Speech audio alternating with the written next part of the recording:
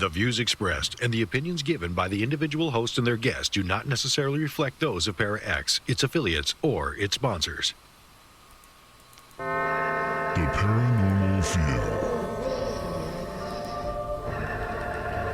The Paranormal View.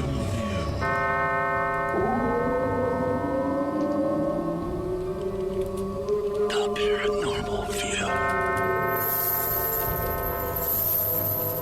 Time now for the Paranormal View. The Paranormal View on the Para-X Radio Network with your host, Henry Foister, Craig Rupp, and Geoffrey Gould. The Paranormal View. Welcome everybody to the Paranormal View right here on the Para-X Radio Network. Glad to be here tonight. It's been a very, very hot week. And I would say I'm glad that it's kind of over, but it's not. The hot is still hanging on. Going to be here for the next week also. But I do want to thank everybody for being here tonight, for listening. We're going to have a different kind of show tonight. Should be a great show. And no matter where you are listening from around the world, if you're not here with us, you can come over to para-x.com, click on the live chat button at the top of the page, and you'll be in with all these wonderful people. You'll be able to interact with us and ask questions of our guests. And tonight, our guests are... Who do we have tonight? Well, we have Henry Foister is one of our guests. Uh-huh. And Craig. Craig Rupp. Yeah, Craig. And Geoffrey Gould. And Jeff. So what we're going to do, we're calling this tonight Fans Night. We're going to be taking questions from the fans about us, or directed to us. I'm sure a lot of people are wanting to know who are these dashing men of the Paranormal View. And the host of Paranormal View, too. Yeah. What do they do besides... Yeah, and those guys. What did they do? By the way, when you say it's going to be a great show, that's great is relative, by the way, of course. Oh, really? So what do they do besides sit behind a microphone and ask questions? So we'll be finding all those out. And if you do have a question, I'm going to let Geoffrey tell you what you should do. Yes, I would suggest that in order to preclude any of us avoiding any questions that we could easily refuse if we would be private messaging them ourselves, if you have a question for Henry, you can private message Craig or myself. And if you have a message for a question for Craig, you can private message Henry or me. And if you have a question for me, then you private message Henry or Craig. Is that complicated enough? No, that's not too hard. Actually, I have a question to start out with because since I tend to begin my report pages on shows, and when I was looking up photos to put of us, I realized, Craig, there's a really nice photo of you in Civil War gear, and I know that, of course, Antietam is like your summer and winter home and spring and fall and all that, but... Actually, Gettysburg is. Oh, Gettysburg, okay. But I noticed that you had a great corporal outfit on, so I didn't realize that you do creationist beyond, like, you know, trying to drown yourselves in streams at John Sable's behest. So how often do you do such recreations? Once. That was a kind of a fluke deal. I was with some friends and they said, "Here, dress up." And I had some fun with it. It was a fun time down. Let me see, where was that? Bedford, old Bedford Village. So I got to put all the stuff on, and I can't imagine those guys out there in this kind of heat. Kind of gives you an appreciation, so to speak. Oh yes. That stuff does get very, very wool. Oh yeah, very hot. It was hot, and that stuff was heavy. Yeah, that's all I'm going to say. And that's what they wore during the Civil War. during that era. Exactly. Yeah. Uh-huh. And I would assume that the temperatures that are over around there now is about the way it was also during the Battle of Gettysburg, too. Which makes you wonder what it must have been like in this kind of heat and having people shot, wounded, gangrenous, as well as dead and decomposing. That must have really taken the concept of the horror of war to a whole new level. You just wonder how many of them said, "The hell with this! It's too hot." That would have been nice if they had all said that, saying, the general saying, "Okay, attack," and you're like, not so much.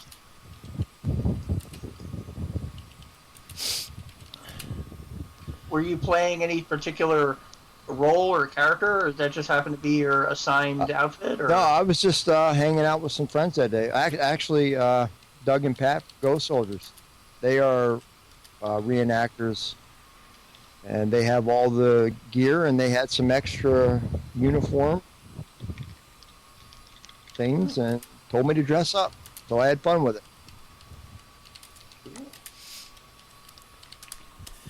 Are you guys waiting on me?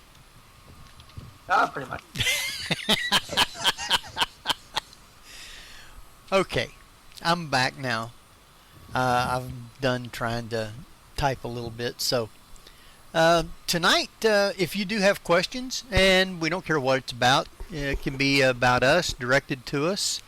I think what I'll do is I'm going to jump right out here and ask Craig exactly what took place that got you into the paranormal.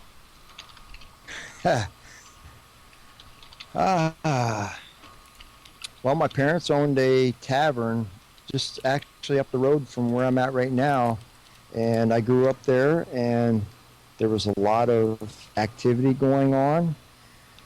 But unlike today, my mom actually pulled me aside and said, "Shut up, don't tell anybody, they're going to lock you away." So, yeah, there was just your footsteps, feeling of being watched. I guess this one day I will never forget. I was home alone. It was a Sunday. The bar was closed. Nobody was staying on the second floor. It was kind of like an inn. We had like 7 or 8 rooms to rent out. I was home alone, and our bedrooms were on the 3rd floor. I heard somebody walk up the first flight of steps. I looked out the window. There were no cars. Heard the footsteps come down the 2nd floor hallway, run up the 3rd flight of steps, and I thought, okay, it's my sister. She's messing with me. Heard the footsteps come down to my door. I opened the door. I was going to scare her, and there was nobody there. I was like, you got to be kidding me. So, I mean, just growing up in a modern tavern, and that's actually what piqued my curiosity, so to speak. Now, piquing your curiosity, did anything ever happen there that made you scared to start with? Actually, and I talked to my sister actually a couple years ago about this. There was a storeroom that we always had to walk by to get to our bedrooms, and we both were so freaked out by this room. I hated to go in there, and I would actually love to go back and investigate the place, but to me it's unethical to go, hey, I heard, I grew up here, I heard your place is haunted. I'm hoping they'll approach me, because I would love to get back in there, and that's one of the first places I would go to is that storeroom. Well, how far away is that location from you now? It's about 3 miles up the road. You can walk it. Well, I have my rules. I can't approach somebody. Well, is it no longer a tavern? No, it's pretty much the same as it was. I often thought about just getting a room there. Just getting a room there and staying. Yeah. So and then back in the 80s, I don't know if you guys remember the show Unsolved Mysteries. Right. With Robert Stack. Uh-huh. I was sitting there one night watching it, and they had a thing about the ghost of Gettysburg on there. And at that time, Gettysburg was seemed so far away. But I'm like, man, they're having the same type of, experiences I'm having. And I went in the Army, blah, blah, blah. And in '96, Mark Nesbitt, who I still today give credit to get me started into all this. He had a Ghost of Gettysburg series on, and I caught that on TV one day. So in '96, I bought my first recorder and a ghetto EMF detector and went to Gettysburg and haven't looked back since. Now, we know, and some of the things that you've done, you sent some EVPs. Tonight, we're also going to be playing some EVPs around, so you'll have to stick around and be able to listen to those also. Jeff? Yes, sir. We know that you come from the East Coast, and I assume that's where you first started having some sort of paranormal experiences. Well, yeah. We lived in I have to take my headsets off because it's the echo. What we had was a tract house. I grew up in Brooklyn, or rather, I was born in Brooklyn. And at the age of 2, my brother was born when I was a year and a half, and my parents realized, clearly a second floor in a duplex in Brooklyn wasn't going to be big enough for two sons. So they found a place in Pompton Plains, New Jersey, which is a little Shangri-La-esque suburb in Morris County, and literally the world went by us. I mean, it was like not living in American Graffiti all the time, but it was a lot of the national big stuff that happened throughout the 60s and 70s, sort of like we didn't really pay attention to it. We were more like just in our own little town. But in our tract house, we were the first owners of this house. So nobody had lived before us. Nobody had been, killed or dead in it, certainly to our knowledge. And as we were growing up, and at the time, my father was more affluent in the stock market till that crashed in the late 70s. What happened, they took out the one-car garage at the end of the house, and they had a two-car garage installed with a large room above it, connected to the rest of the house. So my brother and I had this nice big room that literally did not exist before the house was built. We were the first 2 people living in it. Well, in my teen years, my brother had a friend, Brian Cox, stay over, and the 2 of them were sort of slumber partying it down in the cellar. We had a large rec room, and that was their big deal. And it would sound really weird to think of me being a third wheel in that, but this was their thing. This was something they were doing. And I was in the room by myself. I'd have no problem sleeping by myself, but across the darkened room, I could hear what sounded like a body in my brother Alan's bed. And it was really freaking me out. And of course, as a teen, and never having experienced anything directly, I was completely freaked out. I went downstairs, and the 2 of them are like, "No, you're just trying to bring in on the little sleepover thing. Go away." And I went back into the room, and after about 10 minutes or so, the sound started up again, as though somebody was trying to make themselves comfortable in the bed. And the dog wasn't allowed upstairs, and it certainly wasn't him because the door was closed. And finally, I got the courage to say, "Is someone there?" And I have a very good ear for recognizing what things sound like, usually, which I did sound design at Community Theater and all that. And the sound I heard was whoever was laying in the bed was facing the wall and was rolling over onto his back to face me as though to hear my question better. And I went upstairs and said, "No, sorry, sleep down here." And that was the first activity I ever had, but it didn't occur to me, like, what was it? how to investigate it. Today, I really don't have that much of an issue. I mean, I spent a night at Linda Vista Hospital, and to me, I was just walking around a large empty building. And so unless something actually happens right in my face or I hear something, I'm just like, no one around. So I don't so far when I watch some of these ghost hunting shows and I watch them all freaking out, I'm like, why are you freaking out? Just go see what it is. You know, on them slashing type shows, every time they go see what it is, something happens to them. Well, I don't mean horror films. I'm talking like Ghost Adventures or Paranormal Challenge or something like that. So, Jeff, do you carry a recorder with you when you walk around these places? I do now. I mean, I got one when I was at the Queen Mary in May, end of April, beginning of May of 2010 for Don Schei's event.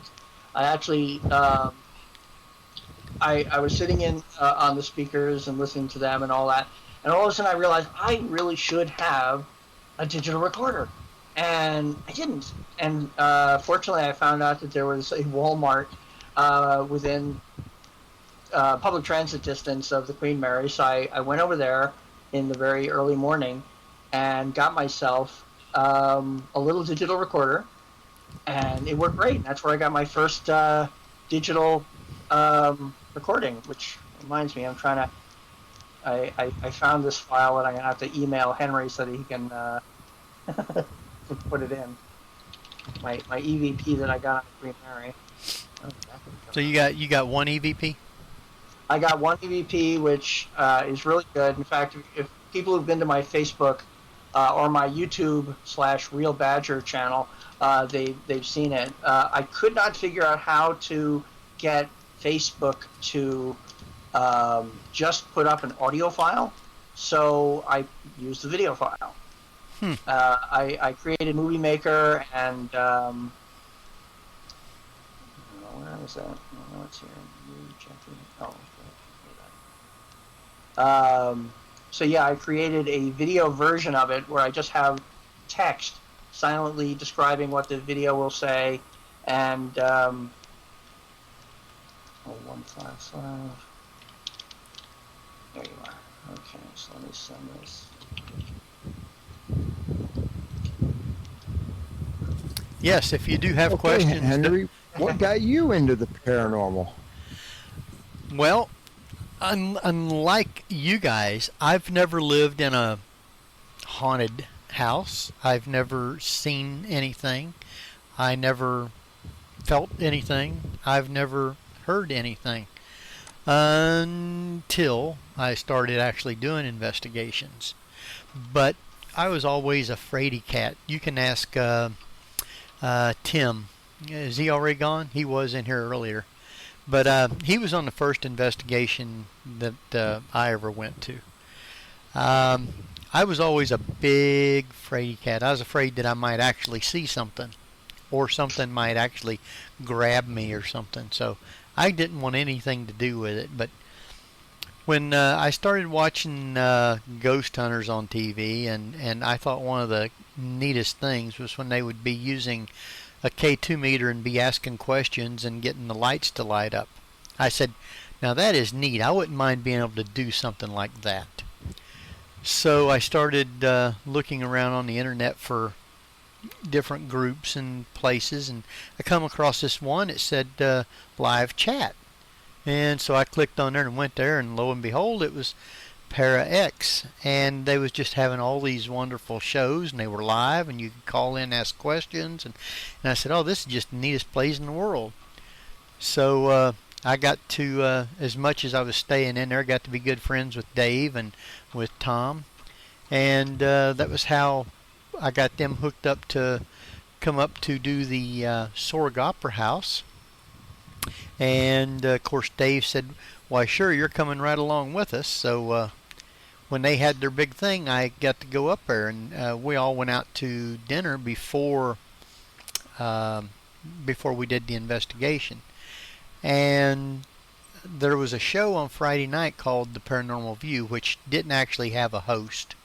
It was run basically by any host that was going to be around on Friday night, that they could just come in and host the show and just have a gab about whatever.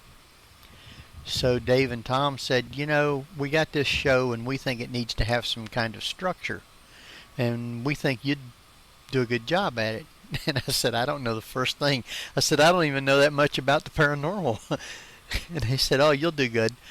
And I told them, well, let me think on it. And a couple of weeks they asked me, said, well, have you thought on it? And I said, okay, I'll do it, but what do I have to do? And they told me everything. And about 3 weeks later, I was doing my first show. So that was how I got into it. Now I get to go on investigations, and I have gotten EVPs, and I have fun doing it. So, am I still scared? Yeah. Will I go someplace by myself? No. So I'm not going to fib. Do you have some EVPs to share with us later, Henry? Oh yes, I do have some good EVPs. Great. From the farmhouse that I used to talk about all the time, where we would go and investigate, has since been completely tore down. I do have lots of EVPs from there. I have a couple of EVPs I'll be playing from one of the matter of fact, my boss's house from work.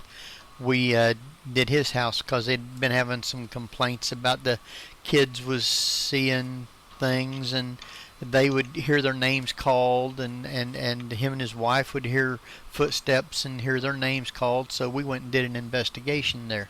And I do have some kind of interesting stuff from there.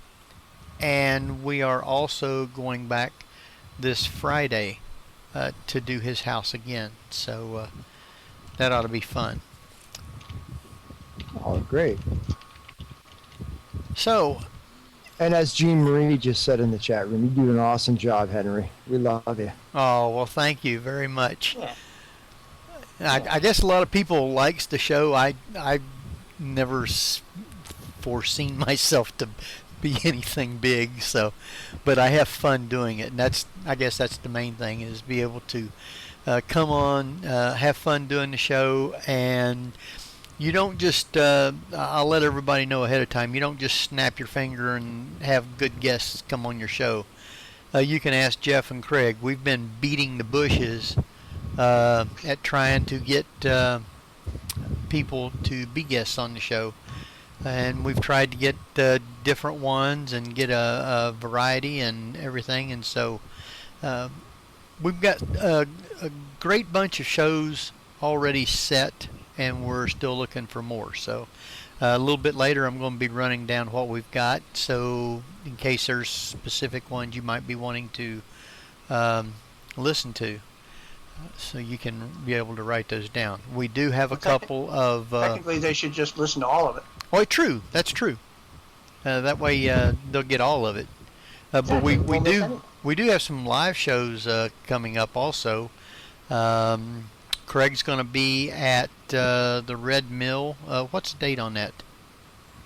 I believe August 6th or the 13th. I'm not sure. It's one of those. First or second week of August. Let's see here. I believe it's the 13th. 13th is what it is. 13th. Yeah. You're going to be live at the Red Mill. So we're going to be actually having a live show from the Red Mill. And you're going to be there with the Ghost Soldiers. Yep. So we'll have Doug and Pat on also, and no telling who else will be there. I know Dave is going to be there. So at the same time you'll be live here, Dave will also be broadcasting it live on ParaX Vision. So now, where is Red Mill and its background? That's in somewhere in New Jersey. They haven't sent me directions yet. Oh, they haven't sent you directions? Maybe they're telling you something. Yeah, really. Go west. Keep going west. No, it's east. I know. Maybe I won't be there. I haven't got directions yet. I'm waiting. I'm sure they'll feed you the directions. If not, you can tell Dave to drive past your So, place and you can follow Is him. this the Red Mill? Is the Red Mill Museum? Yes. I think Ghost Hunters did it. Yeah, that's down in Clinton. Okay. Yes, it is. Yeah, I remember somebody saying something about that. Yep. Pat from Ghost Soldiers described it as Disneyland. So I'm really looking forward to it. All right. Now I know at one time Bob Nichols was thinking about going over. I'm not sure whether he's made that final decision yet or not. It's Bob, just, Bob, pick up Henry and get over there. yeah, it's a long way, and that would take a little while to get there. So, yeah. So, I have a question okay. from Kat. All right. How does excavation compare to investigation? She's talking about John Sable, Yep. who is a great friend. Excavation, everybody knows investigations. They see it on TV. You sit around, hello, is anybody here? Can you tell us your name? Blah, blah, blah. John takes it to a whole new level. He and Mary do a lot of research, and I guess to answer the question, John puts you in a role of somebody, a particular person, and you act out the role. And you get great results. I mean, the spirits, I'm not sure the word I'm looking for, they respond to that because that's something that actually happened in the past. So, you're actually, and it's a lot of fun with John because you're constantly on the go. I love working with John. And you're not just sitting around asking questions. There's times for that, but when you're working with John, it's a great experience. If anybody gets a chance to do it, go on an excavation with John Sable.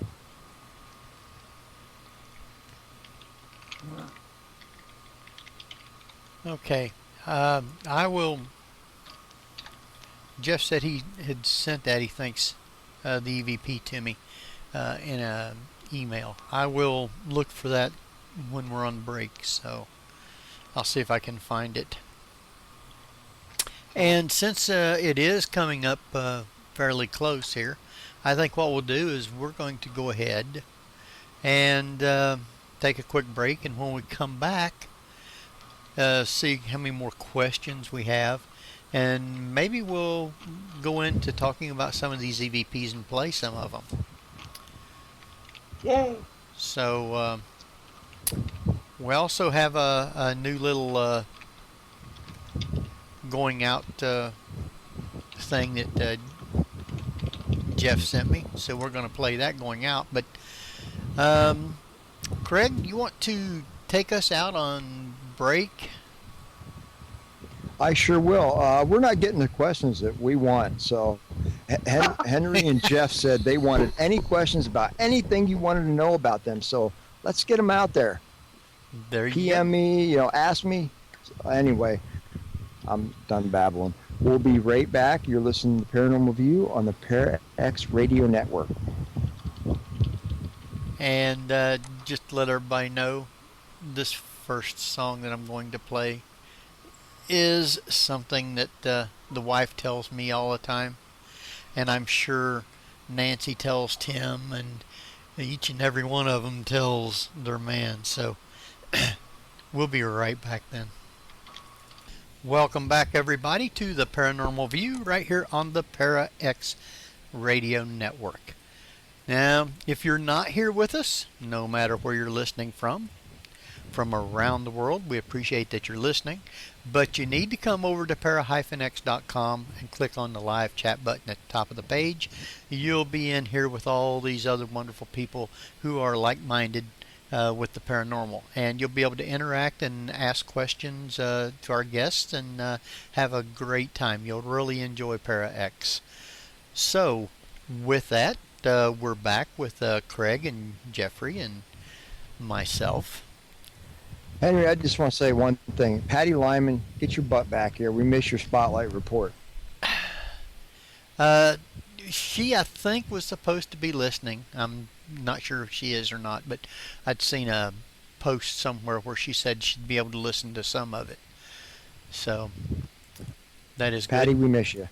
And I'm also supposed to be having I guess my cousin's wife listening from in Florida. I think it's Tampa.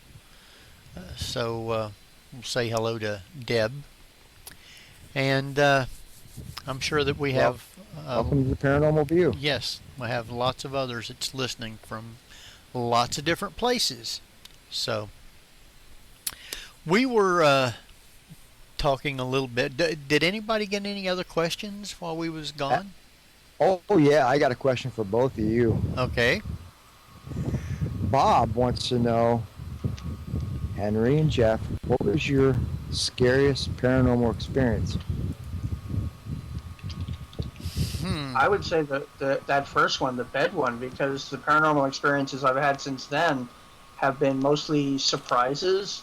So by the time I got around to ruling out what it could be, it turned out it was like, oh, it must have been something supernatural or paranormal. And by that time, what time I had to be scared was gone. So I would say that very first time with the bed incident was the scariest. I was a little surprised at the bathroom one I had working on a commercial, but where a ghost was literally using the toilet next to me.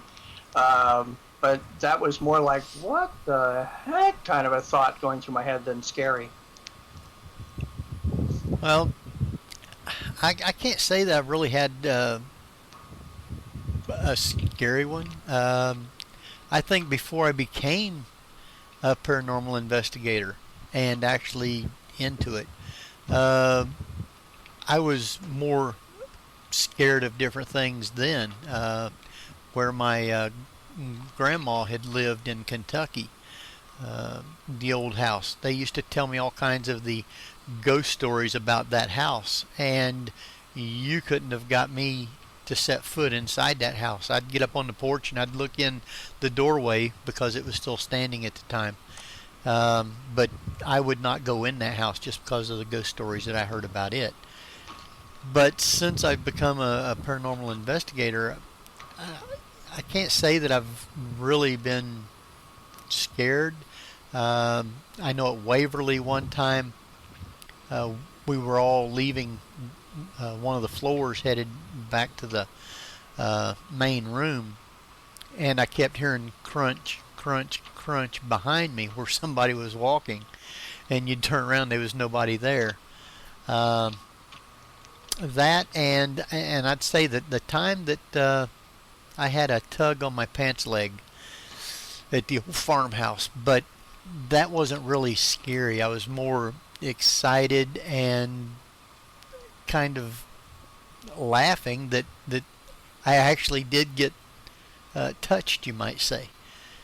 So as far as something being really scary, no, I haven't seen any shadow people, haven't had anything chase me or anything like that. Now, Bob Nichols has told me about this place that's close by called the Paper Mill, that he says there's all kinds of dark figures and everything that'll come almost up to you and stuff. So that I'd have to have a couple changes of Pampers, I guess, or something if I go there.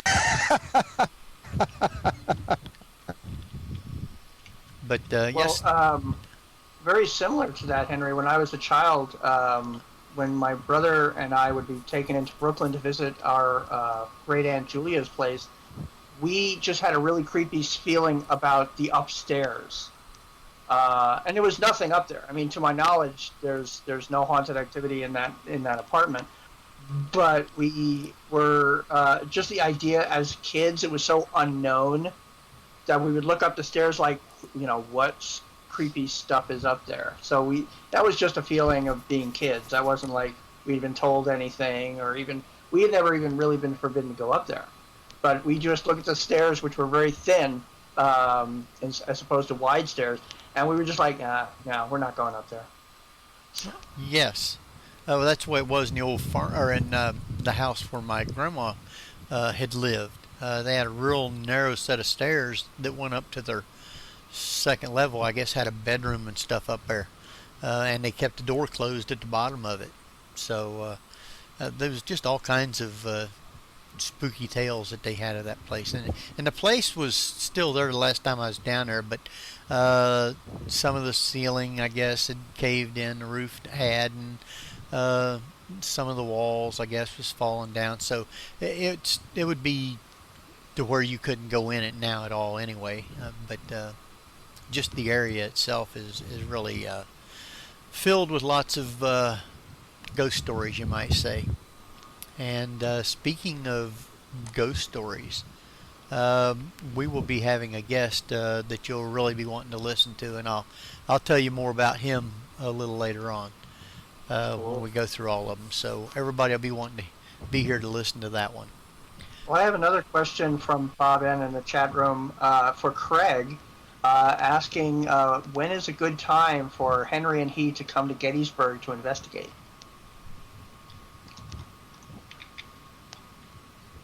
Craig? Craig, are you still here? Whenever you want. Oh. Oh. Actually, September's probably the... Can you hear me? Yeah. Now we do, yeah. Can you hear me? Yeah, we got Yeah. you. Can you hear Hello? us? Oh, he can't hear us. He's probably got muted. Okay. Actually,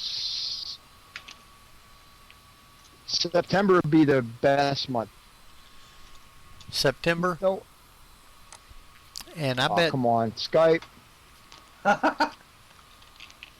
Are you not able to hear? September is probably the best time because all the kids are back to school. Okay.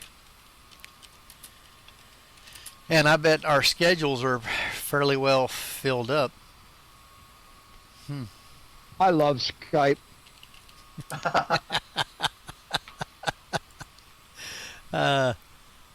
Well, you know, as you were indicating, your Tampa relative there, Henry, I'm hoping a college friend of mine, Mary Garrett Poley, shows up. She could be visiting the chat room at any point.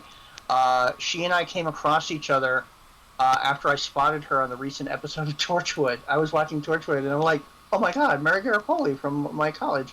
And I did some quick looking, and I found her online on Facebook and LinkedIn and such, and we're back in contact, which is really nice. Can you hear me now? Oh, yeah, I hear you. Craig just said he's got a delay for some reason. And I don't know if that's a delay in what he hears or when he speaks that it comes over. So might be a little of both, because I still got a little bit of echo. I hear you. Yeah, I hear you, but the delay is going to cause us to collide with How each about other. now? Yep. Yeah. I hear you, but the delay is going to cause us to... Oh, Wow. he unplugged it. How about now? Am I good? Yeah, I can hear you. You're really delayed there by about almost 10, 20 seconds. It's like one of those news reports where they're talking to the guy on the screen. And almost 10, 20 seconds. Is this better? No, because you're on your speakers and we hear everything.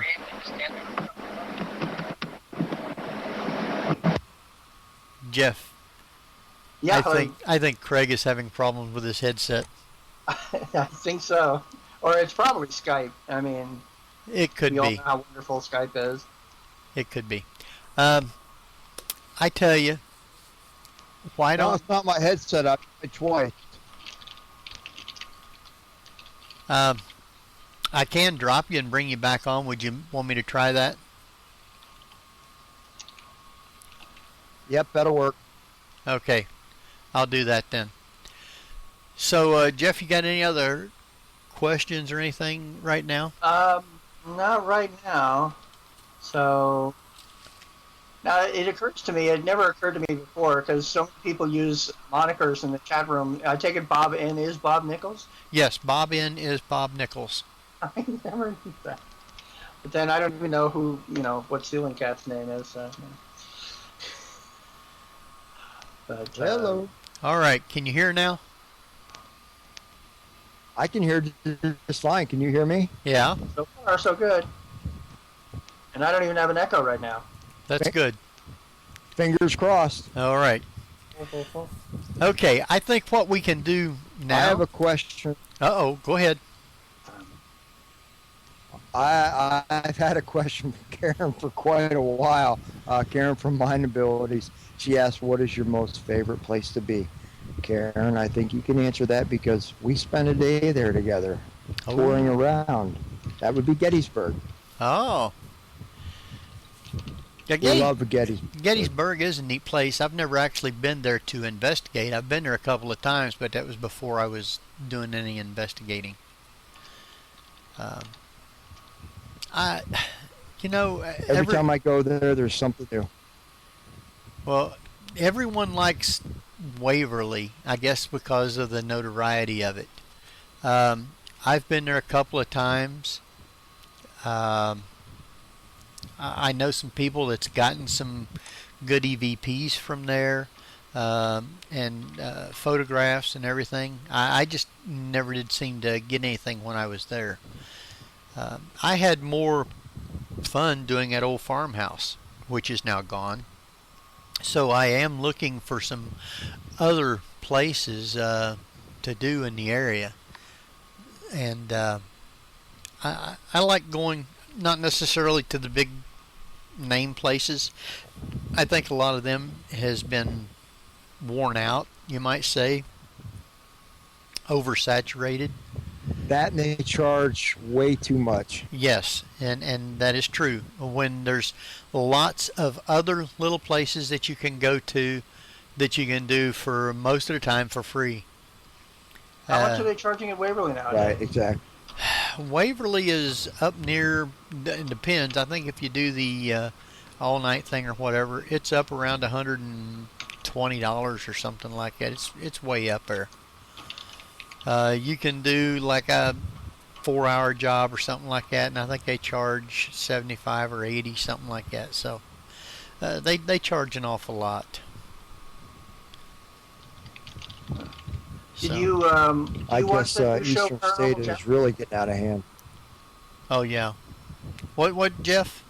Have you been watching that TV show Paranormal Challenge at all? Yes, and Beth was on it again last night, I believe it was, but I haven't watched it yet. I do have it taped. Yeah, I watched it the other night, and they were investigating Waverly that night. Yes. She was one of the judges. And I haven't got a response yet back, but I asked her, I said, what was it like to sit there and not investigate at Waverly while you were there? That would have been driving me crazy. I'd be like, I want to be able to.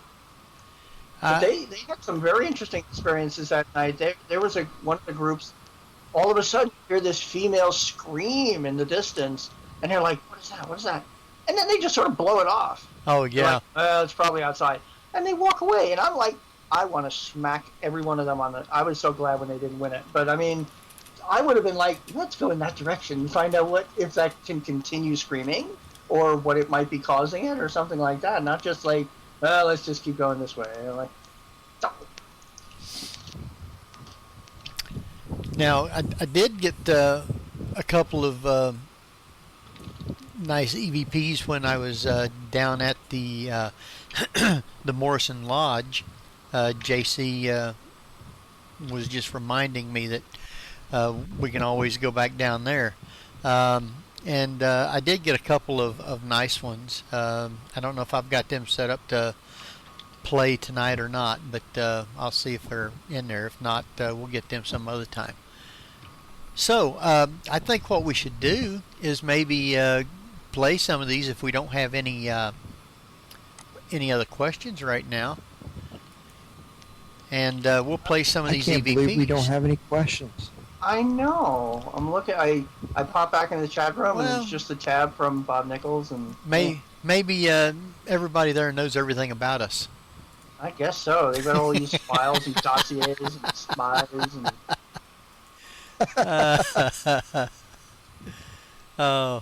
So those photos.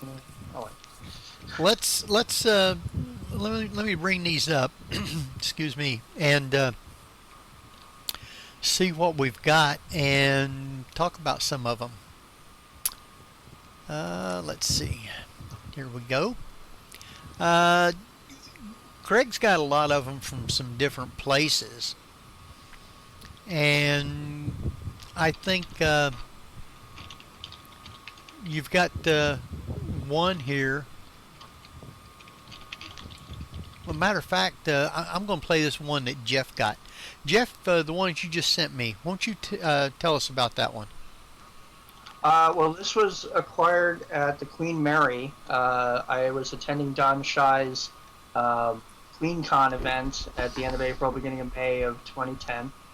And as I say, I had just gotten the recorder. It was the first time I was ever using it, apart from turning it on and off during the day.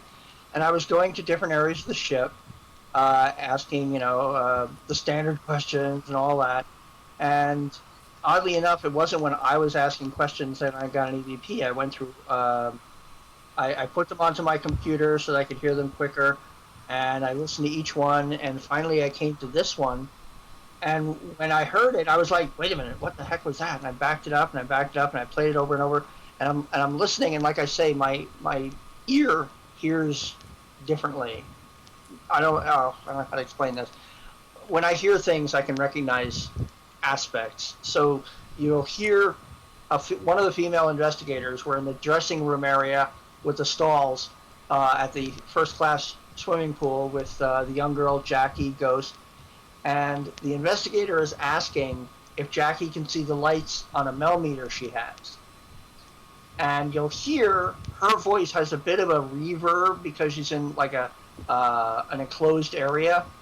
But the EVP, which responds to her question, doesn't have that kind of reverb. There's just a little 3-word whisper. And let me hear if you can hear what it says. All right. Put your headphones on or turn your volume way up, and I'll play it a couple of times. So let's see if you can hear what it says. Jackie, sweetheart, I have this lovely light. Do you see this light, honey? Sorry. See this light, honey?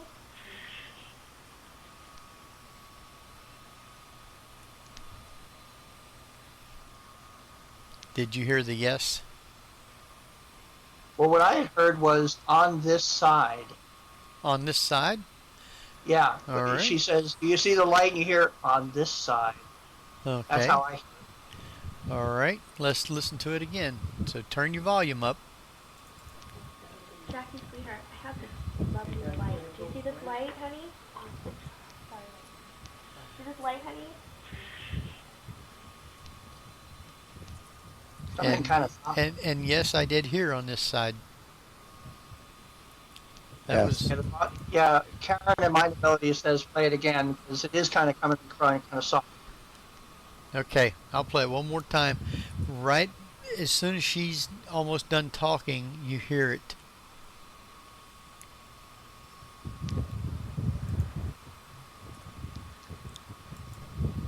Jackie, sweetheart, I have this lovely light. Do you see this light, honey? Sorry. See this light, honey? No, that was way too soft. Yeah. A lot of times on EVPs, you just about have to either have it on Audacity or have some kind of a mixer to be able to really up the sound so you can actually hear it.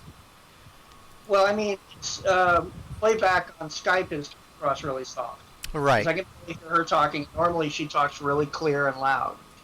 So when I hear the girl asking about the lights and I can barely hear her, I'm like, oh, the volume's really low.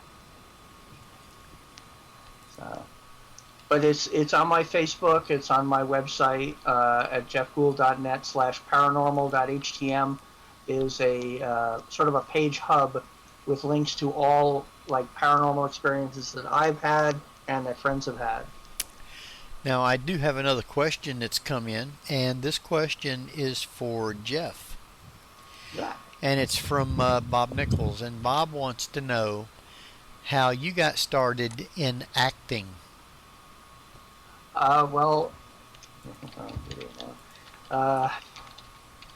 Well, when I was, my parents were both actors. They both did community theater. My father did musicals. And when I was 8 years old, as part of a summer program, my brother and I were enrolled in a dramatics workshop thing for the summer, which is better than just, shunting off to summer camp and such. And it was at William Patterson College, and they taught children stage acting. And we did it 2 years in a row. The first year we did Tom Sawyer. The second year they did Alice in Wonderland. And in Tom Sawyer, I played Tom's brother Sid. And it was a lot of lines, oddly enough, for a young child. But I did it. I enjoyed it. And they call acting a bug, which is, bitten by the acting bug. And yeah, I was.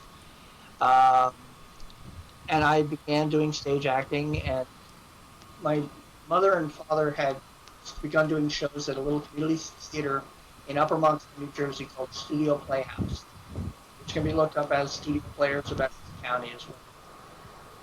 And they early, stupid echo in my headset.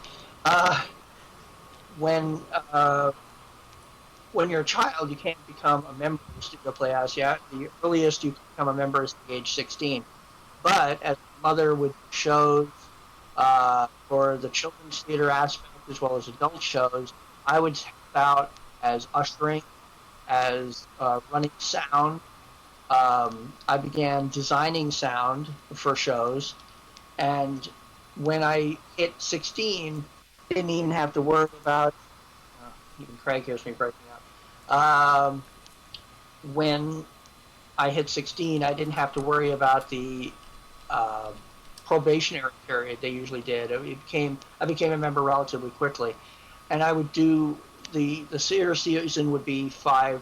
How would they do this? It would be like 5 adult shows, and in between the adult shows, they would have a production for children audiences, and almost 95% of the children's shows, I would have a role.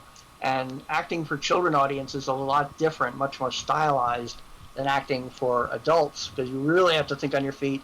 You really can't slack off, because children will let you know that they are bored. So it also gave the opportunity to occasionally ad-lib and occasionally be a little funnier than the script would have one do. But I always had very good receptions, and a lot of people enjoyed the shows. And I did it for many, many years until I moved to California, and there's no community theater out in California. When you can find an acting group at all, they want a monthly dues of like $30 a month or more. And I'm like, I'm sorry, I come from community theater where I paid $20 for the year to be a member. So I haven't been able to do any stage acting out here. Plus, stage acting out here tends to cut off any time of trying to do acting for films or television, such like that. Currently, I have a commercial agent. I don't have TV theatrical, which I kind of need. I need to get new headshots so that I can get an in with a TV theatrical agent. Once I start doing those auditions, I might be able to get more roles that actually pay like when I was on The Practice with Sharon Stone and everything. So, but yeah, since I was 8 years old, I've been doing it, and I'm older now. I almost said older. All right. I hope that answered Bob's question very well. So where are you at now? Now I'm still doing background work mostly when I can get it, because without an agent, you don't get to the auditions for principal roles. Although there are online sites like LA Casting and NowCasting.com where they post for principal roles, but most of those are for student films, because you got filmmakers in the making. They're right. Taking courses at LA Film School, USC, UCLA. And I've done over 90 student films. And I enjoy doing that. It's not like it's like doing children's theater, but you never know who's going to be the next breakout director. I've got a few student films I've done that are starting to hit the film festival circuit and such like that. But generally, and it's funny because I was part of a feature documentary called Strictly Background, which is available. You can watch it for free on Hulu, or you can get the physical disc off of Netflix, or I don't think it streams on Netflix. You can get the disc, or you can buy it. You can go to my website, and I have the information on where to purchase it on Amazon. And it's a fun little documentary. It shows 10 different people working as background performers, and that's a lot of people have said that the best thing, anyone who's interested in getting into acting, at least on a background level, they should see this film because it'll teach you that. A lot of people give up really quick. Uh, it's a rough job. Like I say, acting is the only career in which the jobs are hidden from its own workforce. Well, you seem to be breaking up again. Yeah. Yeah. So hopefully Skype Skype. is going to level back out here. We'll just kind of slow it down a little bit, and we'll try and do a couple more EVPs and see what we come up with. And I think the way I've got them listed here, I think I'll just play them right down the lines instead of jumping around everywhere. This next one I've got is one of Craig's, and it says Antietam Gunshots. And Yep, that would be. That was the first time I worked with John, and it was at the end of the night, and it was kind of funny because John was saying, I think things calmed down, and then I was recording, he didn't know it, and you hear one, possibly two gunshots at the end. right, so let's see if we hear the gunshots, see if it's loud enough for you to be able to pick them up. So turn your volume up and put your headsets on if you've got them, and listen to see if you hear some gunshots.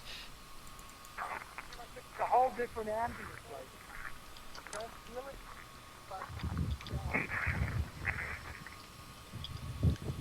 Yep. Did you hear those two? Came across a little soft here. I was kind of sparse on my end. Yeah, you'll have to take and turn it up. I can try and turn the sound up just a little bit more, but it's not going to make it that much louder. So listen real close again, see if you can pick it up.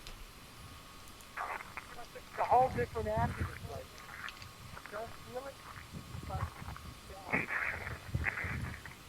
Right there they were. Yeah, I heard it that time. Yeah. So that was two real clear gunshots. Now, And that was right at the end of Burnside's Bridge. right, that's where you guys were doing the live thing we had on. Now, No, that was actually last year, the first time we right, this one was, yeah. But I'm just saying, you said it was Burnside Bridge, and that's the same area, though, where you did the last one that we was doing live. Correct. Right. Correct. Right. Now, Right. if you're not on here with us, come to para-x.com, click on live chat, and you'll be in with all these wonderful people. And we have quite a few in here tonight, so come on over and join the fun. I'm going to play a couple more, and then I think what we'll do is we'll take another break because we still got lots more to talk about. These next three I got when we was doing a friend of mine's house, George, and this coming Friday, Bob and myself and some others is going to be doing that house again. Some of the claims was the kids had been seeing different things, even people, I guess, or apparitions. And George and his wife would be hearing their names called when nobody else was around. They would be hearing footsteps up and down the hall and down the stairs. So we went there and did an investigation. It's a 2-story house, and I took a recorder and put it up in the kids' room. And while we'd went down into the basement because there'd been some claims down there, and all of us were in the basement, so the microphone upstairs couldn't pick anything up of us being in the basement. But when I went back and listened to it, I got some stuff on there that just has no explanation of how it got on there. This first one, when I started listening to it, like I said, there's nobody up there, but you hear 3 knocks right next to the recorder. So see if you can hear those.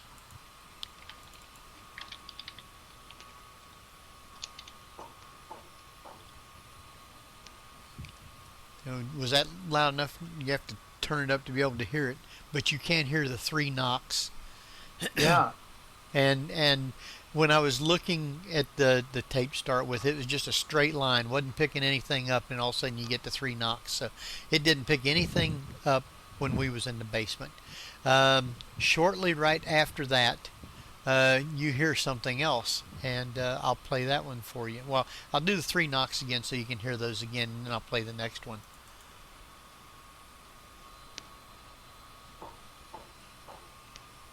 And it's just like somebody knocking right on the desk right next to their bed. And Actually, I heard that. Yeah. The third knock almost sounded like a woman's foot on a wooden floor. Almost. They did have wooden floors, but...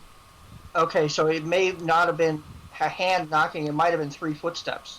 It could have been, but it sounded more like a knock, like on a desk or door or something like that. But right after that, I picked up another noise right after that, and I'll let you listen to that one here.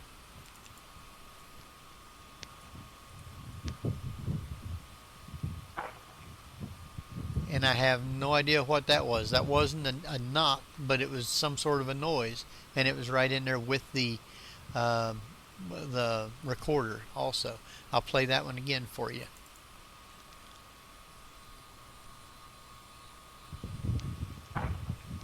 And remember, there's nobody else upstairs. The recorder is up there by itself, so I have no idea where it come from. And shortly after that, I picked up another sound, and it's very distinct. And I'm going to play it and let you hear it first, and then I'll tell you what it is. So, by the way, one of you has an oscillating fan, don't you? Because the fan, the breeze hits back the and microphone. forth, hitting the microphone. That would be Craig. Is your Yeah, fan that's probably me. I got like. Okay. Yeah. How's that? Is that better? I turned. If you just aim it away That from would the... that would be better. Yes. Okay. Here we go with this last one. Now, listening to it with Audacity or through a what do you call it? Anyway, you can actually hear it.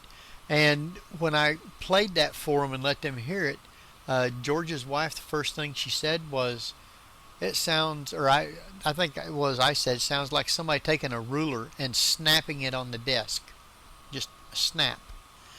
And she said, "Well, that could be because they have a wooden ruler up there on their desk." So we don't know how that happened. I'll play it again for you, and it sounds just like somebody slapping a ruler on a table.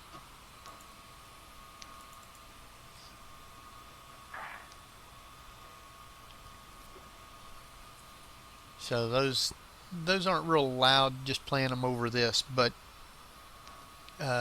you can hear them really if you're there all alone and listening to it. So I think what we'll do right now is take another kind of quick break, come back, listen to a few more EVPs, and see if we have any more questions. Before we go, Henry. Yes. Do you have a question? I would like to thank. No, I just want to thank somebody. 2 people in the chat room, Karen, Karin, and Michelle. They have agreed to buy me, since I'm so old, a new Jazzy. with sand tires for the beach. When I go to the beach, I just wanted to thank them for being so kind. All right. So it does pay to be on here, don't Thank you both. It pays. It pays to be old, Henry. Oh, that's what it is. So, Oh, yeah. So, thanks, guys. I appreciate it. coming up right after our show tonight, stay tuned for Joe and Tara on Visions Magazine Radio. They have Dr. Salo Stanley, and he talks of sound healing and crystal skulls. And Joe and Tara review Insidious. So stay tuned right after our show for that. And Jeff, you want to take us out for this break? Jeff? Did I lose Jeff? No, he's still here. He must just not be. Jeff. Can you hear me? Yes. Can you hear me? Yeah. Oh, okay. I'm still here. I started doing it, and I was like, oh, they suddenly don't hear me. All right, go ahead and take us out then. You're listening to the Paranormal View on para-x.com, so stay tuned after this break with tonight's guests, the show's hosts. Be sure to private message us with questions about each other, and hopefully Skype will actually let us hear what we're saying. Well, welcome back to the Paranormal View right here on the Para-X Radio Network. I want to thank all the listeners from around the world for being here with us tonight, and for all those that are here in the chat room with us. Appreciate each and every one of you. Tonight we do have listeners from the U.S., the U.K., Canada, and Ireland.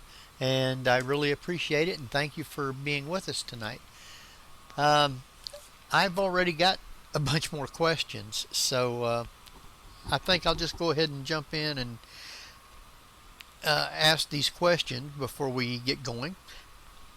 And one is from Jean Marie, and she wants me to ask Jeff that if and when you get acting job weekly, would you continue to do the Paranormal View?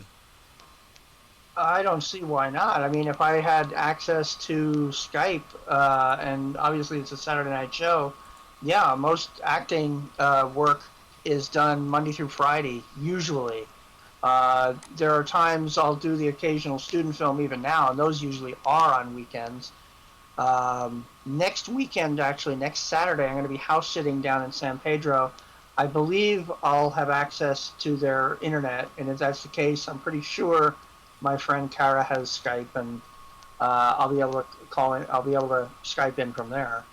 So, if I'm ever near a computer, I certainly would love to keep doing Paranormal View, but I keep hoping that funding for projects like out in Ventura County or out in Ogden, Utah, will come through so I can work on those projects. All right. Well, that sounds great, because we'd like for you to stay on with us. Yeah. Also, I have one from JC, Absolutely. Which we'll be able to discuss and talk a little bit about. And his question is, have you ever found time of the year make a difference for activity, or hot or cold?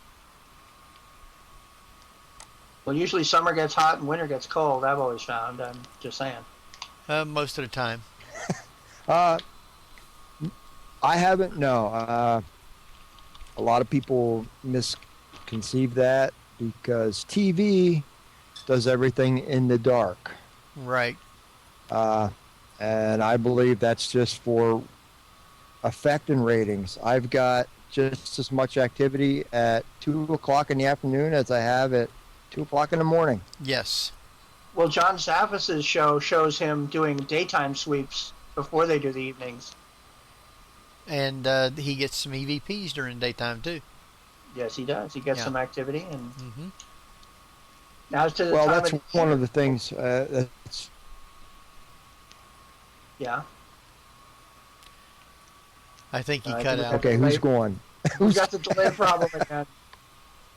I was going to say, as far as the time of the year, it's usually traditional, but it also seems to be the case that at Samhain, at the towards the end of the pagan year, at the end of October, beginning of November. That's when the veil between the living and the dead is at its thinnest. Now, this may be due to the Earth's alignment with the sun. It could be the fact that so many people are focused on Halloween and death, and they're doing things like Ouija board parties and Halloween parties in which they're telling ghost stories, and they're so concentrated on that that might be one of the reasons it attracts spirits. I'm just thinking that might be a reason. Yeah, I've never seen a difference myself, and my feeling is if they're there at night, they're there in the daytime too. I don't think that the spirits know anything about hot, cold, or whether it's day or night, because they're in a different realm, I think, anyway. So that doesn't really affect them. Maybe, and a lot of people talks about energy and different things like that. I'm almost sure that they've probably got their own energy. Not necessarily do they need ours. Well, and you got your residual hauntings. That could happen any time of the day, 9 o'clock in the morning. Right. So, I mean, it's all... I'm going to get myself... I don't know. It's all TV. It's all, let's do everything at night, blah, blah, blah. It's all ratings. Well, I'm sorry. It's not the real world. I can understand why some of it is considered at night, and that would be because of there's less distraction, less noise, less solar activity. Yeah, so I can understand that, but I don't think that you should sit there and say that everything needs to be done at night. So, I mean, to me, a lot. Well, and one of the big things is, I mean, when you're going to a location that you have never gone to before, you have to go through at night or during the day to do a preliminary to look out for, holes in the floor, because you're going to be there at night. And I'm sorry, I'm getting an echo here, and it's weird. You got to go there during the day. That's one of the things to look for, precautions to look for when you're walking through at night, because usually flashlights are off and you're just looking through your night shot camera. True.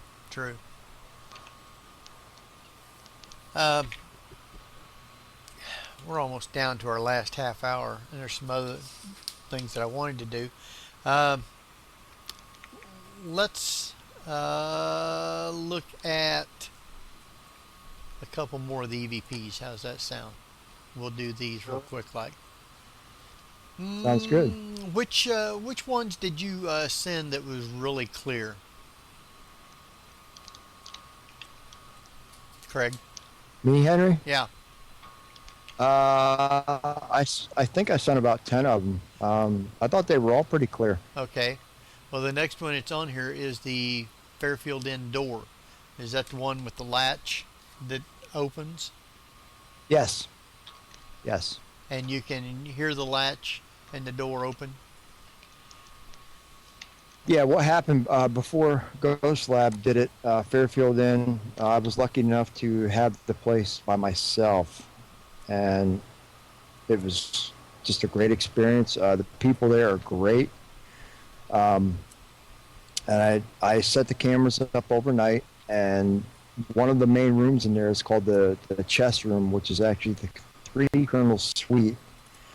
I did set a camera on the chessboard, which employees there claim that the chess pieces move by themselves, and they'll have to go back in and set it all up. And I did set some motion detector lights on it throughout the night, and they did go off a few times, especially on the left side for some reason. But the next morning I was walking through, and I honestly, I wasn't trying for any EVPs or anything. I was just going through describing each room into a recorder. And I got to the 3 Colonel suite, and I was telling a little bit about what was in the room, and the door just, the knob opened and the latch came up, and I just stood there like, did that just really happen? How cool is that? So, yeah, that's what you hear on this one. All right, everybody, put your headsets on and turn your volume up and see if you can hear this door latch and the door opening. And there's the famous chess room where the pieces move on their own. Refrigerator, microwave, private balcony, TV, coffee maker, whole works. And also a nice bedroom. And the door just opened while I'm up here to the outside. How cool is that? How cool is that? Maybe it wasn't cool enough. It just needed some air. They just needed some more I air. just stood here looking at the door like, that was great. That's the best times when you're not expecting anything. When something happens like that. Yeah, it is. Now, I'm going to play this one more time for everybody. So listen close and you'll hear the latch on the door, and the door just opens. And there's the famous chess room where the pieces move on their own. Refrigerator, microwave, private balcony, TV, coffee maker, whole works. And also a nice bedroom. And the door just opened while I'm up here to the outside. How cool is that? Yeah, how cool is that? and when it I was happened, still talking, but in my mind going, did that just really happen? Did that just happen? Yeah. I mean, I noticed you just steel kept latch. on talking after the latch went. Me, I'd have been saying, what the heck? Yeah, that's when You stuff. got to be ready for anything, Henry, I guess, when you're doing this. When stuff like that happens, yeah, you have to be. Have you guys got any other questions in so far yet? No, they're talking about the Jersey Devil. What the heck chat is room. going on? The Jersey Devil? Well, yeah, apparently Ghost Soldier Pat's been down in the Pine Barrens, and now they're talking about the Jersey Devil, and I was just about to point out I've been trying to get the Jersey Devil hunters to commit to a specific date. My friend who is part of it really looking forward to it, but the leader of the group apparently is dragging her heels a bit. So so we might have somebody on the show dealing with the Jersey Devil. Exactly. One of my favorite things, because apart from being a cool cryptid for well over 100 so years, it's from my home state. A lot of people don't even realize that the hockey team, the Jersey Devils, are named after that legend. Then that would be pretty good then. Yeah. I've got a couple of them also from the old house, and I don't know how well you'll be able to hear this. You'll have to turn the volume up pretty good with your headsets on. But I was in the barn of the old house, and I was just sitting up there by myself, what used to be the upstairs on it and the loft, and I just happened to ask a question, and you'll hear, I don't get a voice right to start with, but you'll hear something, hopefully. Now see if you can hear what happens after I ask what your name is. What is your name?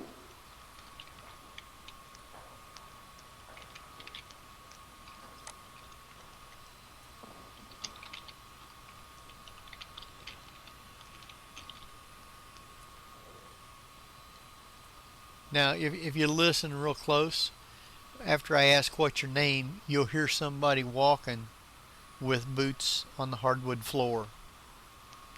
and then right Can at you the play last. it again, Henry?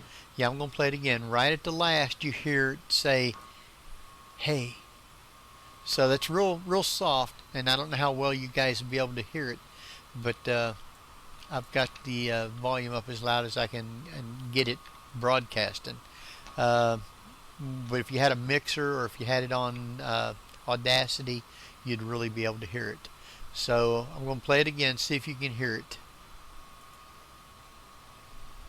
What is your name?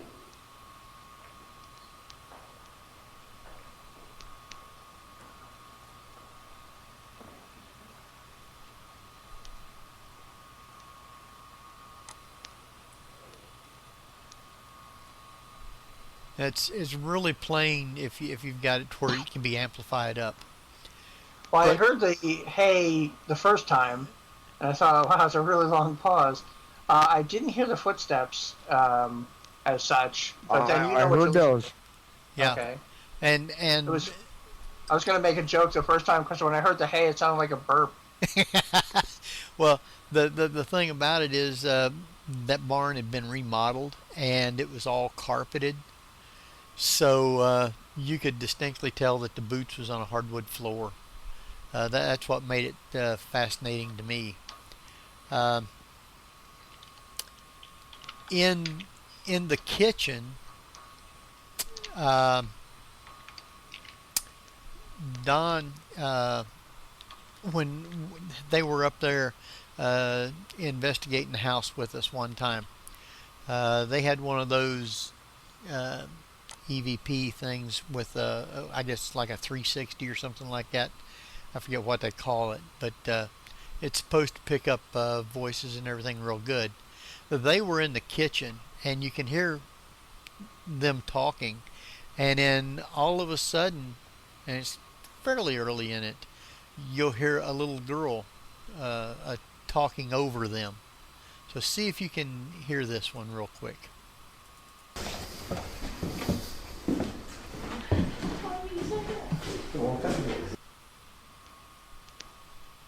Now you could hear the little girl. Of course, there wasn't any kids there. You can't make out what she's saying, but you can hear that she says something. I thought that was pretty interesting. Yeah. So I'll play that one again for you.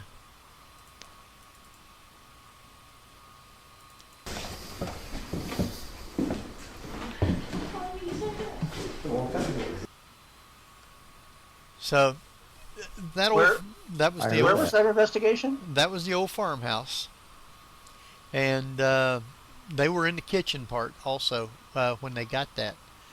Um, they did have another one, and I don't see it on here right offhand. But it, well, yeah, here it is. You'll hear an old man whispering over top of them also, and they got this at the same time that they got the other one. So see if you can hear this one.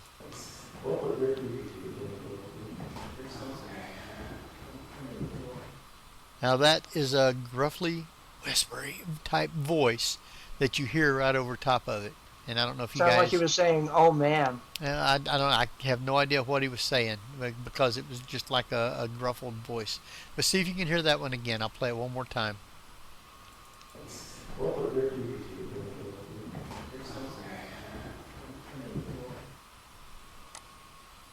Now, I'm not sure what was being said, but those were captured also, or those two was captured at night in the kitchen of the old house.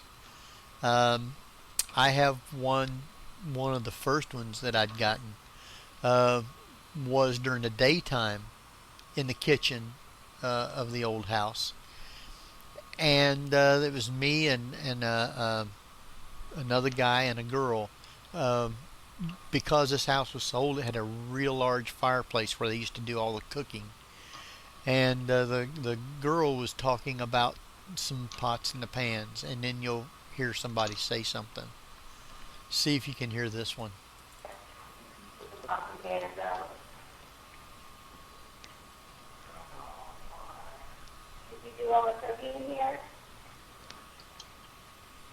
Now, if you could hear what was being said, it says they're not all mine. When she was talking about the pots and pans, this guy says they're not all mine. Sounded kind of like it was on a telephone. Yeah, yeah. So I'll play that one more time for you. Let's see if you can hear that one.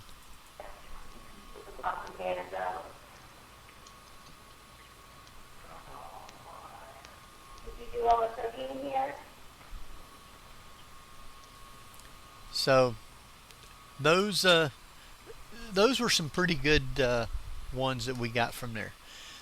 Looks like I have got some more questions.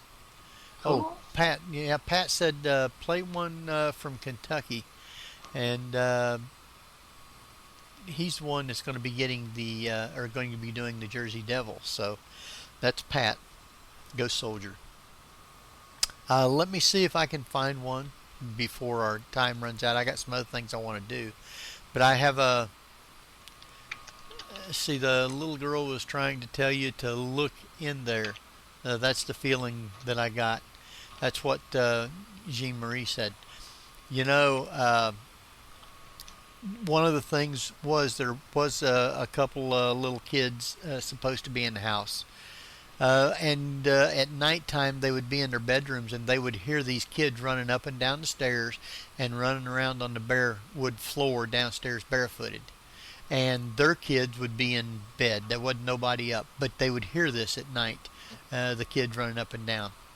And Jennifer had told me that one of her daughters had her boyfriend. It was late one night, and he stayed all night there. But they had him in a bedroom downstairs, and they was laying upstairs in bed and heard the kids running up and down the steps and running around on the floor. And Jennifer was thinking, well, I know he's going to be scared off now. He ain't going to want to come back. So the next morning when they talked to him, he said, yes, I heard it, but I was too afraid to get up. But it didn't make him leave. But yeah, that place was a very active place. I hated to actually see it tore down, but that was just one of the things that happened. Let me look and see if I can find that real quick. Have you guys got anything else right now? Not offhand. Let's see. Surprisingly, no questions coming in. I know, they're all just focused on the Jersey Devil right now. It's like Ghost Soldier Pat has hijacked the chat room from us.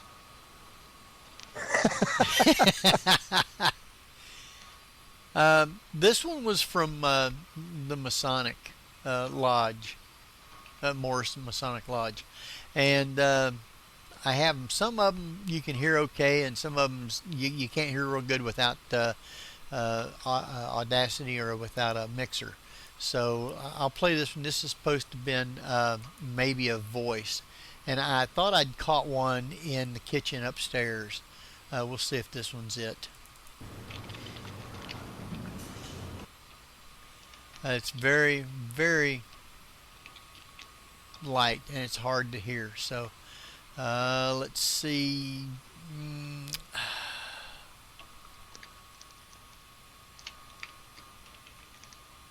I thought I had one when we was downstairs in a room. We had the doors closed, but we started hearing a bunch of talking outside the doors. And see if this will pick it up here. Now that was voices right outside this door that we heard, and it's right at the beginning of this. So listen real quick, see if you hear it again. And of course there wasn't anybody else there. Sounded like a kid imitating an owl. Yeah, something or other, but they wasn't anybody else outside in the hall or anything. There wasn't anybody else there. So we had some good stuff from there. Our time is dwindling on down, so... Well, we do have a question from Jean Marie. Okay. She wants to know what is our most scary investigation plus historical place that each of us like the best.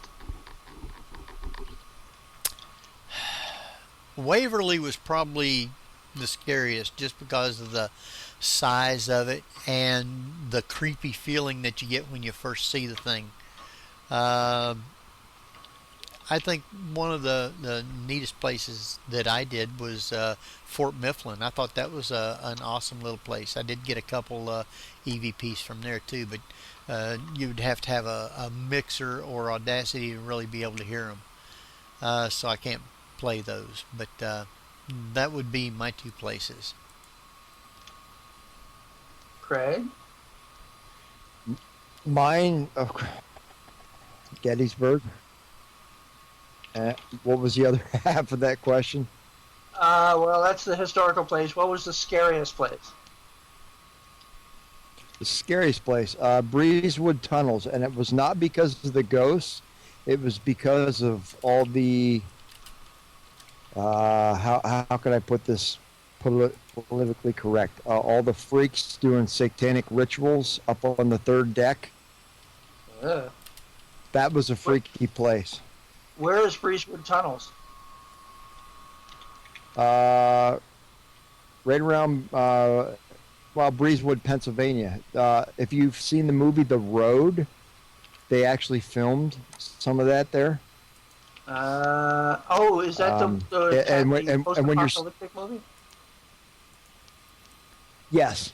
Yes. Okay. What's her name? Charlene Theron, whatever her name is in it.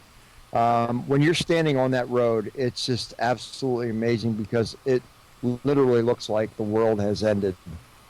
It's an amazing place, but it was a really freaky place. But yeah, that was where's yours my at? weird place. Well, historically speaking, I would guess Linda Vista because I haven't done all that much official investigating. But I did have a paranormal experience in the downtown Los Angeles theater while I was shooting a commercial. I had a ghost in the stall next to me flush the toilet and then sigh really loudly when I was all by myself. I jumped out and all the stalls were empty. I found the Historical Society secretary who had been cast in the commercial as well to thank her. And I asked her, all I did was I said, I understand the place has a reputation of being haunted. And she said, yeah. That people didn't go in the cellar after dark and such like that. People hear voices and follows and such. And I asked if there was anything about the main bathroom, to which she said, yeah, there you hear voices and the toilets have flushed themselves. So I told her you could chalk up somebody else to having experienced that. So, and years later I went back and I found one of the security guards who'd been there for like 20 years. And he said that he'd had invisible people following him. He knows of at least 2 ghosts that hang out in the projection room. So that place is nice and haunted. But I haven't found anything to be really scary yet. I mean, even when I had a ghost dog bark in my face on the Queen Mary, it was just like, what the heck? I'm much more surprised at stuff that happens than scared. Wow. Since our time is just I have a about question. done. Another one? Okay. Uh-huh. Yes, I have a question from Chicken Zombie Tom. He would like to know, it's for all of us, what type of recorder do we all like to use I can tell you. for EVP purposes? I can tell you mine. I use a Sony, and it's the PX720. I get really, it picks up really good, and the playback and everything. I really like it. It does a good job for me. And I have, like I say, I just got this at a Walmart. It's an RCA VR5320R digital voice recorder. And it's easy. It plays back, and it's got a USB port that you can plug it right into the computer to download your stuff. I guess it's the kind of thing executives carry around, like, you know, oh, tell my secretary Samantha to get my dry cleaner, or, you know, for their own notes or whatever. So I have one other quick question here from Bob. And he wants to know from Jeff, do you like the West Coast better or the East Coast to live? I do like it out here because I've made a lot of friends, many of whom come to my rescue. I love New York City a lot because it's a closed universe, and if there's anything you need to find, it's usually there. But there's not a lot of ghost hunting groups out here. There are some. In fact, I'm going on an investigation with Andrew Thompson and such, and sometime this coming week, and we're going to be checking out an area that we discussed on the show. I'm not saying it out loud because he has friends who have implied that they'll contaminate the investigation by showing up and boo. But yeah, apart from that, they're also few and far between. They're way out Riverside and such.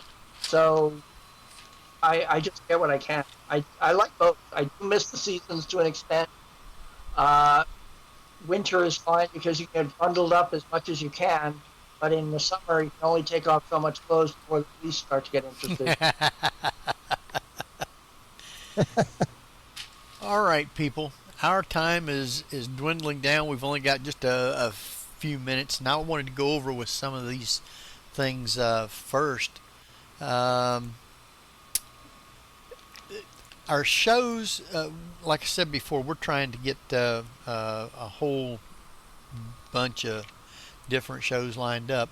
And coming up on the 6th of August, we are scheduled to do a live show from the Crump Theater in Columbus, Indiana.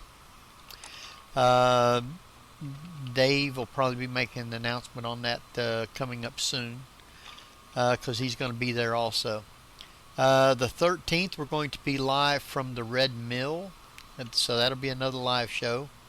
That'll also probably be on ParaX Vision because Dave is going to be there at that also. On the 20th of August, and this will be one that you won't want to miss, we have Paul Hellyer, who is the ex-defense minister of Canada, and he's going to be talking about the UFO conspiracy. He's also the author of The Light at the End of the Tunnel. So that ought to be a really great show, and that's coming up on the 20th of August. On September 3rd, I have Barbara Sillery going to be on, author of The Haunting of Mississippi.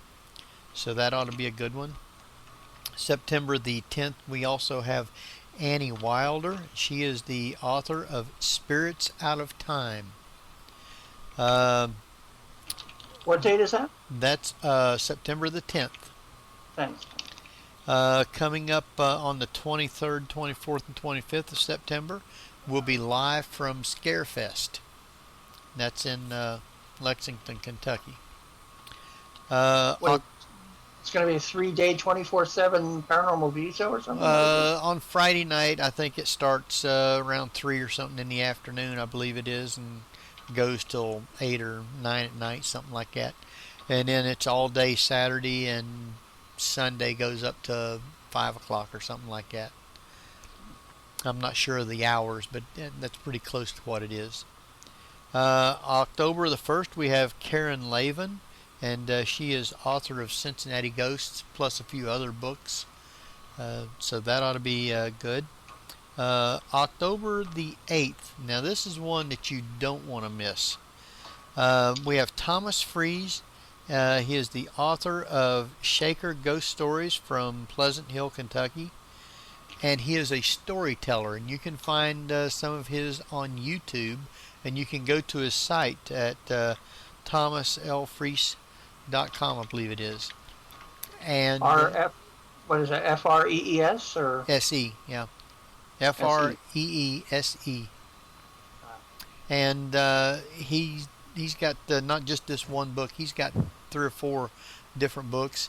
He does lectures, he actually stands up there and tells stories, ghost stories. So he should be a really interesting one to listen to. I also have another one we're working out a date on now, but I do have confirmation that she's going to do the show, and her name is Lisa Westmoreland Doherty. She's the author of Kentucky Spirits Undistilled. Kentucky Spirits Undistilled. So that's just some of the shows that we have going to be coming up. So should be some interesting. I've got stuff out on 4 or 5 other people waiting to hear back. Craig's got some out, and Jeff's got some out. So we're booking. Yes, right I'd on. like to say to people that I sent invitations out to, please respond back. At least let me know. One way or the other, anyway, right? And if you would like, right. If you want to say no, just say no. If you'd like to be a guest on Paranormal View, feel free to contact us. You can do that by sending us an email to theparanormalviewfans@gmail.com. We'll get that. And you can also go to our website, excuse me, theparanormalview.com, which will be, I'm going to be updating it to where it's going to be redone kind of and make it a whole lot better. But we have the bios of all of us on there now. You can go in and see our bios. You can also go there and listen to our podcasts, recent podcasts.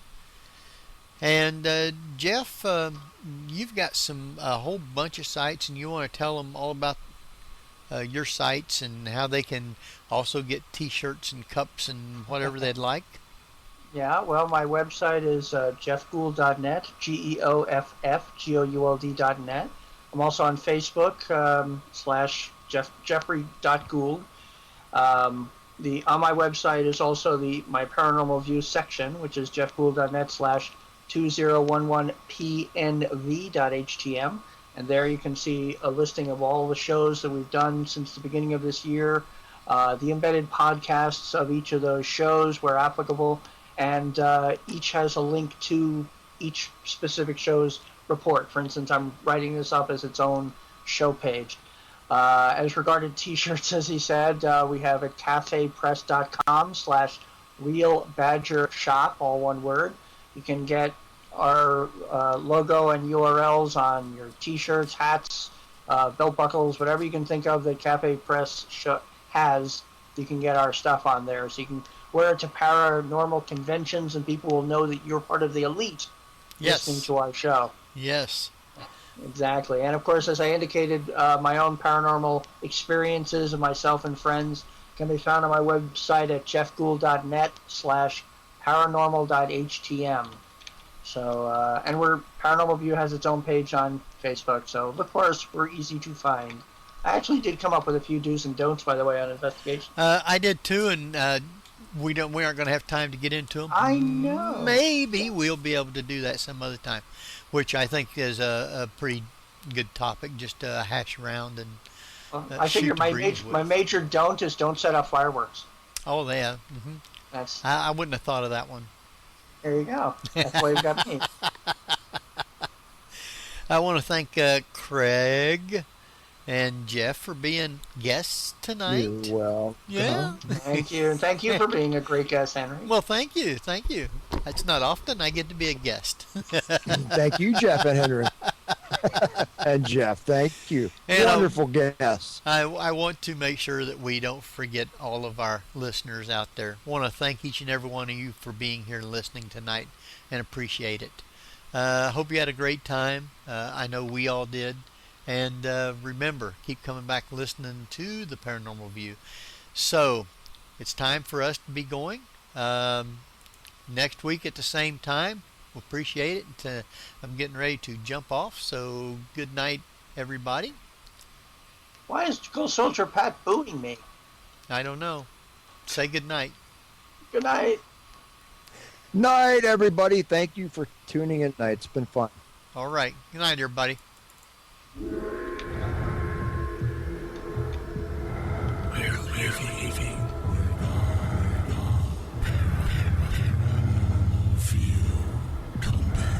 Visit us again.